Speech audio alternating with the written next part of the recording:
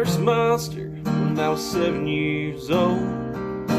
Melted like butter, my bathroom 60-watt bulb. Kept a 3-cell mag like Daddy's workshop drove. Under my pillow, I'd pull it like a sword. Anymore, the restless feeling, it keeps me up at night. Falling on my knees is my new turning on the lights. I keep my faith intact, make sure my prayers are said. 'Cause I learned that the monsters ain't underneath the bed.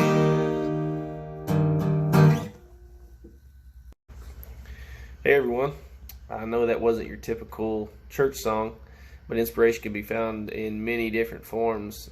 This is a difficult time in our world currently. In our life, we don't always get to choose our outcomes, and inevitably there will always be monsters that are underneath the bed. Sometimes they'll be the typical ones that we find there, and sometimes they'll be completely and totally unexpected. Take Joseph, for example. When he was younger, he had a dream that he'd be prosperous anyways. And who would have thought that his own brothers would have threw him into a pit to kill him? And in a change of heart, instead of killing him, they just decided to sell him into slavery.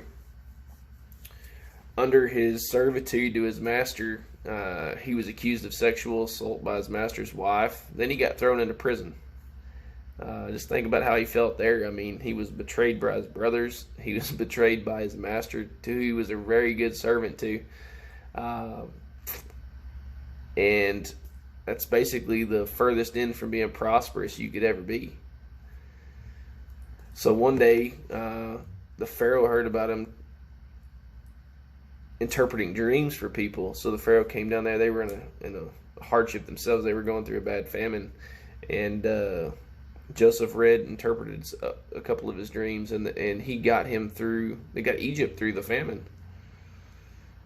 And then after that, his brothers showed up, and instead of cursing his brothers and throwing them into a pit to kill them, or being hateful, or just having them killed on the spot, he blessed them. He forgave them and blessed them.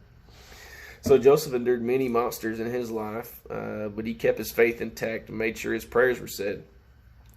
And God has a plan. God had a plan in store for Joseph, just like He has in store for you. Just like the belief of a young child fearing there's monsters under the bed, his perspective had to change. Just think, if he would have succumbed to his hardships, he never would have made it to the prosperous life God had in store for him. So instead of fearing the dark, fall to your knees and ask to be led through this monster's lair.